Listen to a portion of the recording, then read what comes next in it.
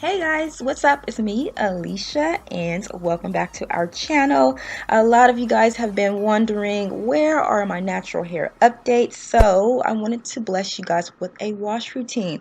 So I've been watching up on Natural 85, and she did a video using an aloe vera leaf, and I was amazed with her results, and I was reading up on the benefits, and I read that aloe vera leaves are great with promoting growth. So as you guys know, I am trying to grow my hair back, as well as it helps with alleviating dryness of the scalp, flaking, itching, dandruff, all of that good stuff. So I went ahead to my local grocery store and picked up an aloe vera leaf. It was around $3. And I also picked up a whole bunch of my favorite oils, and I pretty much just mixed it into a bottle. I had no measurements, nothing of that nature. I just pretty much added it to a bottle, and this is what the aloe vera leaf looks like on the inside. It's very mucousy and gooey, but it feels so amazing on the scalp. It's very cool, and it's just, it just feels interesting. Okay, so yeah. But anyways, I pretty much wanted to try this because of course it helps with growth of the hair, and it also helps with conditioning your hair and your scalp and getting that blood circulating. So I'm going ahead and applying it to my scalp area, and I'm topping it off with a little oil just to get that blood flowing. And it's going to also help with, the shampooing portion of my hair, because this is a pre-poo treatment. Okay, so I kept it on overnight, and it fully absorbed into my hair. There's like no proof that there's gel in my hair, and my hair feels actually really soft. I was very surprised about that. But now I am going and rinsing out that aloe vera gel. I use a filtered shower head. I will link one down below in case you guys are interested. But yeah, this is how my root area is looking. It's very conditioned and very soft. Okay, I haven't noticed any growth or anything, but it feels nice and soft. For shampooing, I am taking my Head and Shoulders 2-in-1 Moisture Care shampoo. I have currently changed up my shampoo. I'm no longer using this in my regimen because I didn't feel like I really needed to use this every week. Okay, so for those of you guys who follow my journey, you would know that I'm washing my hair at least once a week. Okay, so I didn't feel like it was necessary for me to use this every week, so I did change it up. I will let you guys know what I'm using in my next video. But I also take my scalp massager just to get that blood flowing and to help with loosening up those debris and dirt and perspiration and all of that goopy nasty stuff, and just rinsing out my hair. And I like to go in a second round with the shampoo. The second round is always the best round because it suds up pretty well, and you're actually able to, move the shampoo throughout your hair so that all of your hair is getting clean and not just your scalp. Okay, so yeah, I'm going ahead and rinsing that out, and as you guys can see, this is how clean my hair looks. My hair does not feel stripped. That's one reason why I love the Head and Shoulders. It never makes my hair feel stripped. Okay, so now next step is my black tea rinse. The benefits of a black tea rinse is with helping with shedding. So if you are a shedder, if you stress out like I do, then you definitely want to incorporate this into your routine. I take around 6 to 8 packets of black tea. I steep it, and then I put it into a applicator bottle, and I actually fill it up the rest of the way with distilled water so it's not as concentrated. You can definitely use less packets, but I am a shedder and this works really well with my hair. So I just apply it onto the scalp.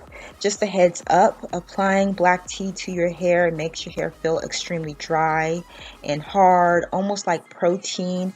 So you want to apply it directly into your scalp and massage it in. And then I actually go and just rinse whatever black tea got into my hair. I just rinse it out because, again, it just makes your hair feel really like hard. Okay. So now we're moving on to the rinse out conditioning phase. I like to use my Aussie 3-Minute Miracle for curls. This conditioner is amazing, and it doesn't even cost that much. I got that big bottle for like $5 at my local grocery store. And I pretty much use a rinse out conditioner for detangling. You can skip this step if it's not something important. I don't want you guys wasting your coins on a bunch of products, but personally for me, my hair gets really tangly, so I want to use a cheapy, really good conditioner so that I can apply it throughout my hair heavily, so that I'm not really wasting money, but I'm still getting a nice conditioning treatment and I'm actually able to detangle. So if you guys tried the 3-minute miracle for curls, let me know how you guys like it. I watched a few videos and there were some people who didn't really care for it, but I actually really like this. I actually like it better than their other conditioners, on my hair at least, okay? So I applied it throughout my hair, and I like to retwist my hair back up just so it's not getting all tangly and whatnot. And I just rinse out the conditioner and my hair feels amazing. It's soft, and as you guys can see, my hair completely reverted back because I thought I was going to have some heat damage from that blowout, but my hair reverted back. So next is the deep conditioning part of my regimen.